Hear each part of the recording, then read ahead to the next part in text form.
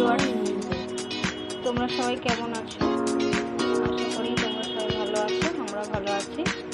আজকে আমরা নতুন রেসিপি নিয়ে চলে এসেছি।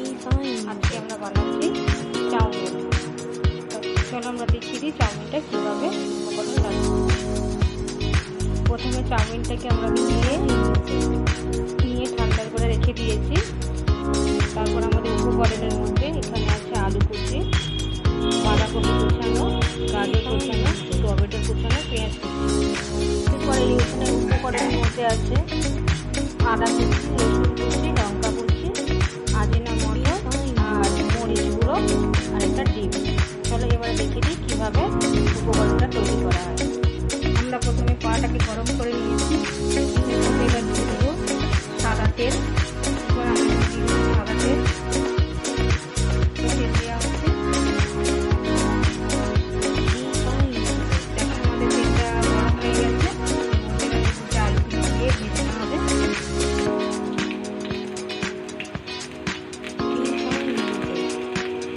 আজকে জানো কি আমাদের বাড়িতে আজকে রেসিপিটা করছে আমার ছোটো বোন রেসিপি রান্না করতে চাউমিন বানাবো।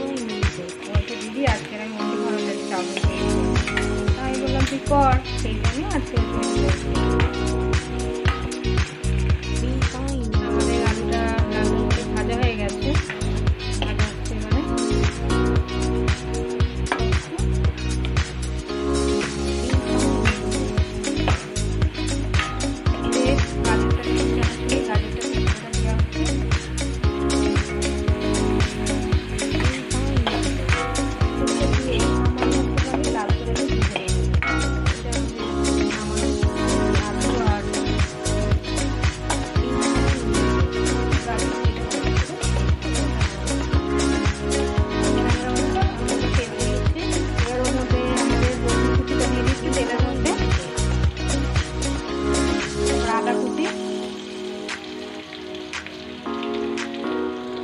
ভাজা হবে।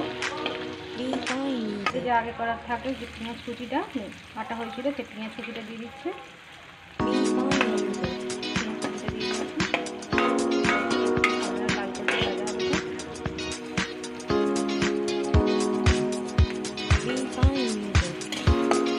ভাজা হয়েছে আর বাঁধাকপি যে কুচানোটা সেটা দিয়ে দেওয়া হচ্ছে।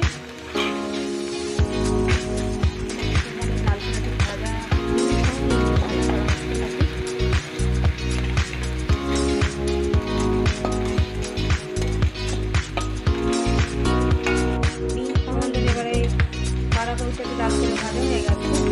এবারে কাঁচা লঙ্কা কোচানোগুলো দিতে হবে।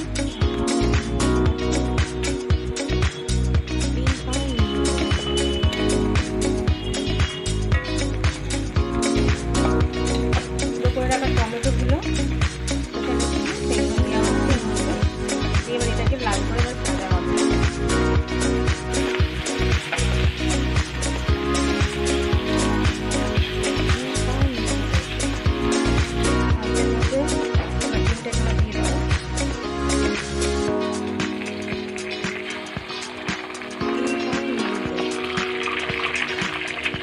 সেটাকে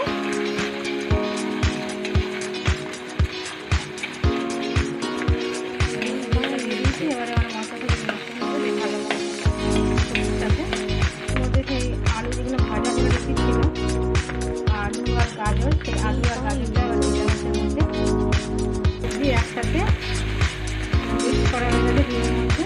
এরপরে এর মধ্যে চাউমিনটা দিয়ে দেওয়া হবে।